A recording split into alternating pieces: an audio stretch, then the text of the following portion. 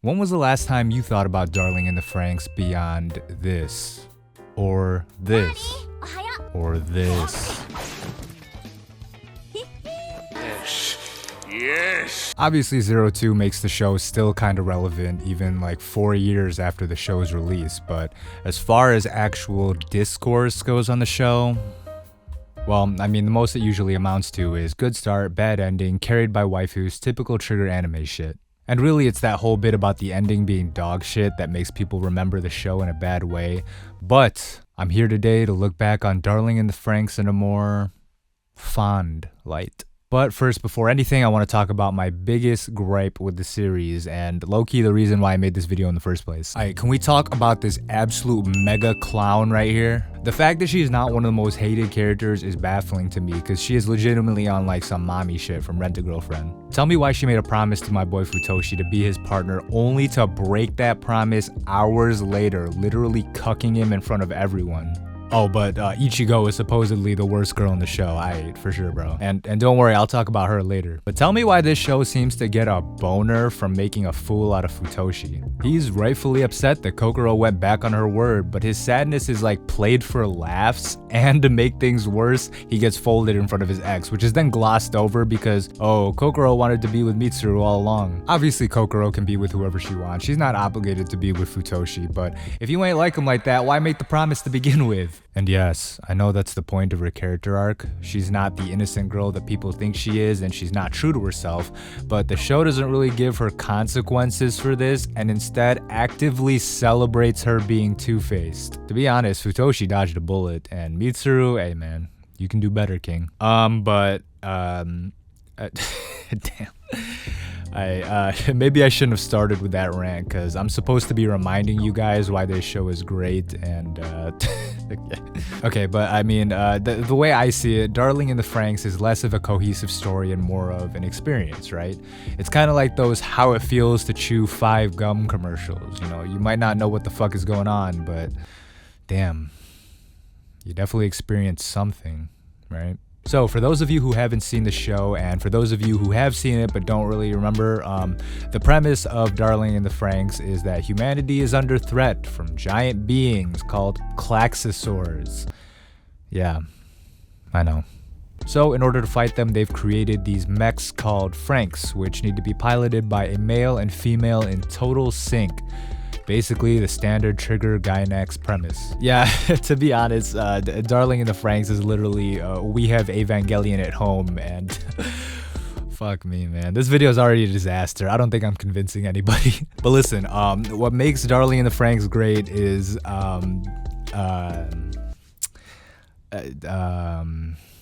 waifus. Where's she at? Where's she at? Oh my god, there she is, the queen of anime TikTok and Kim Kardashian's personal muse.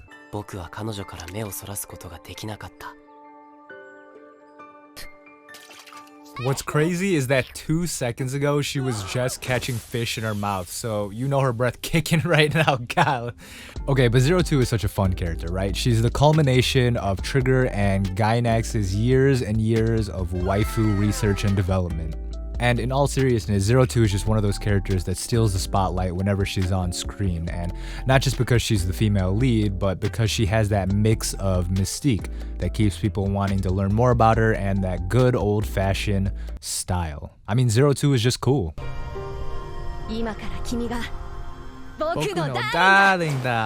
Oh my god.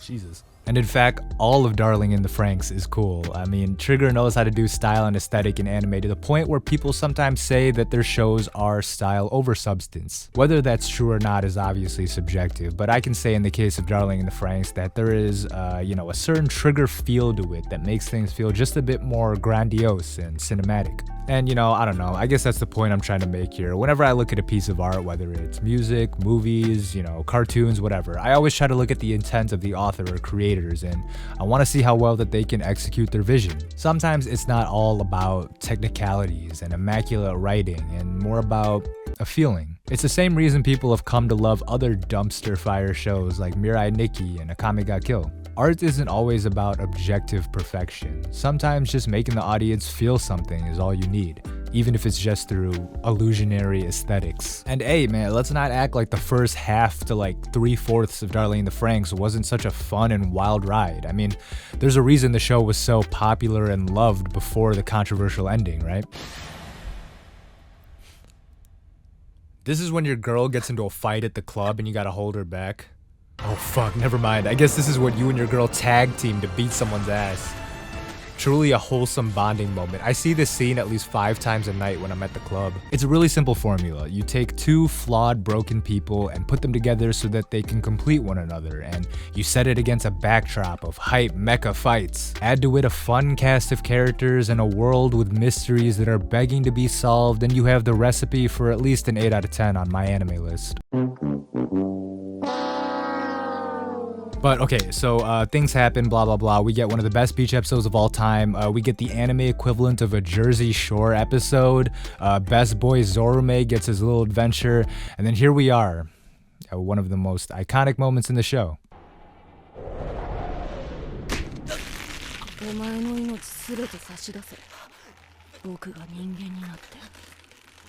Damn, the reverse end of Evangelion.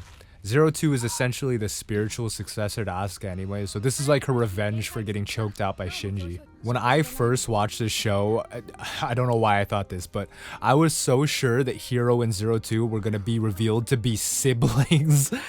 Can you imagine? I mean, it's not like that stopped anyone in anime before, but I mean, that'd be kind of wild. This is the real tragic cucking in the show, because like, yeah, Ichigo is tragic and Futoshi is tragic, but they pinky promised. And as we know, no one can keep a promise in this show, apparently. Wait, what the fuck? Hold on, I never noticed that hand before. What is that? That's the authority of Sloth from ReZero. Okay, okay. Alright, and then we get the cutest scene of all time. Yep. This show is goated for that alone. So it's revealed that 02 and Hiro knew each other as kids, which is a trope that I hate. Nisekoi. I think it's really cheap to have 2 characters whose chemistry stems from, oh, they were destined as kids, oh, they've known each other since childhood. But the thing is, it kind of works in Darling in the Franxx. The show is about, at least at first, it's about the relationship between males and females and how they can quote-unquote complete each other as long as they can come to a mutual understanding, right? It's that whole, the Jean, it only possesses 1 wing, but when a male and female come together, they can fly, whatever, right? For me, the whole childhood promise thing works to me because it's still in line with the idea of they completed each other, even as kids. Because people will often look back on this part of the show and just be like, oh, how contrived is it, writing-wise, that they made a connection as kids and, you know, through some convenient plot device just forgot about it. And it's like, yeah, I can see that, but for me, the emotional impact of this arc was enough to be like, whatever, alright, yeah, if you sell it to me, I'm buying it. This goes back again to the idea of style over substance. If you think too much about it, it's like, yeah, this is a little goofy, but the emotional beats hit, the cinematic stuff hits, and everything feels right for the most part. And for a show like this, isn't that all you really need?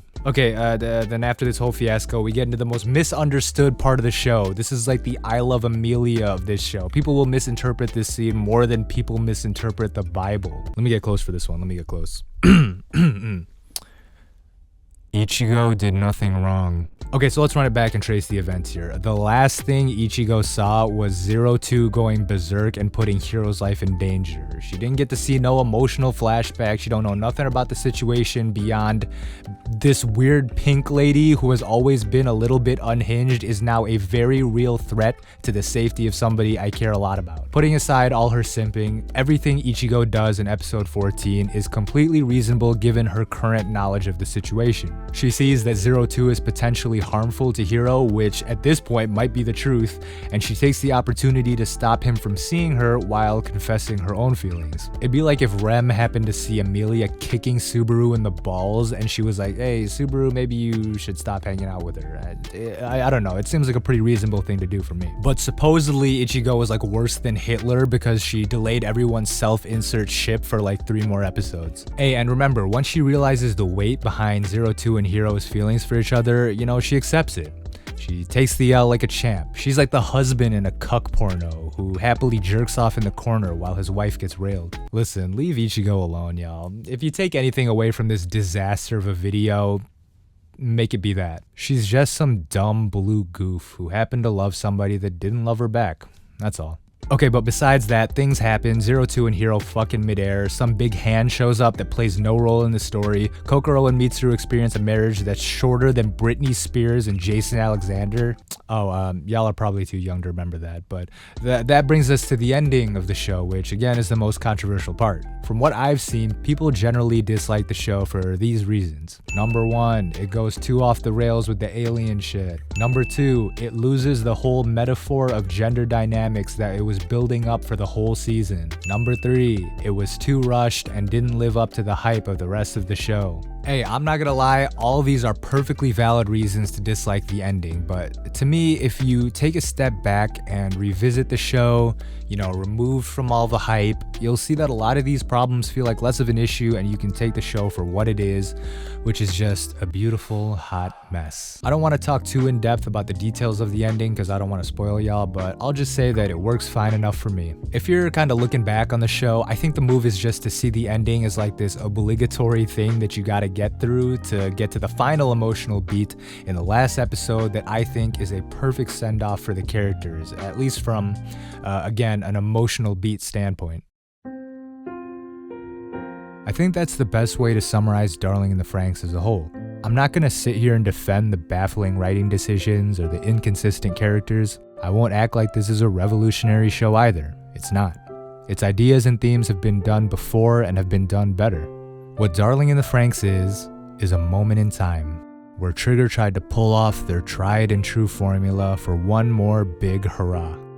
Just because something isn't groundbreaking or genre-defying or even consistent in its own world doesn't mean that it can't be enjoyed for the wonderful dumpster fire that it is. Who knows, maybe 5 years from now, the anime world will forget all about 02 and Darling in the Franxx, just like it's forgotten about many similar shows in the past. But at the very least, I hope that we can look back on it with a little bit more fondness and a little less cynicism. But yeah, that's the video. Like, subscribe, and all that. And follow me on Twitter at TheDamianGold. And fuck you, Kokoro. That's the video. Peace.